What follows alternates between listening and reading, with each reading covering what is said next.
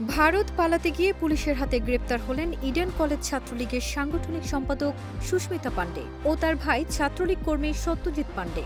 সোমবার ১৩ জানুয়ারি বিকেলে যশোরের বেনাপোল ইমিগ্রেশন ভবন থেকে তাদের গ্রেপ্তার করা হয়। কেউ না বুঝলেও আমরা আপনার প্রয়োজন বুঝি, আর তাই তো অত্যাধুনিক ফিচার সম্বলিত বিভিন্ন সাইজ আর কালারের ২৫০টিরও বেশি ডিজাইন অপশন নিয়ে ওয়ালটন স্মার্ট ফ্রিজ বোঝে আপনার প্রয়োজন।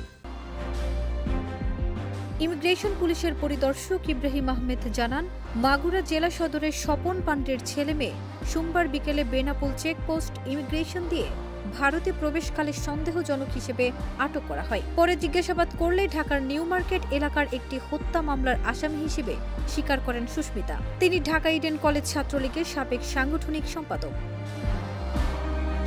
বেনাপোল পোর্ট থানার ওসি রাসেল মিয়া জানান, ঢাকা ইডেন কলেজ শাখার ছাত্রলীগ নেত্রী সুস্মিতা এবং তার ছোট ভাই সত্যজিৎ পাণ্ডে ভারতে যাওয়ার সময় ইমিগ্রেশন বিভাগ তাদের আটক করে পোর্ট থানায় হস্তান্তর করেছে। এখান থেকে তাদের ঢাকায় নিউ মার্কেট থানায় হস্তান্তর করা হবে।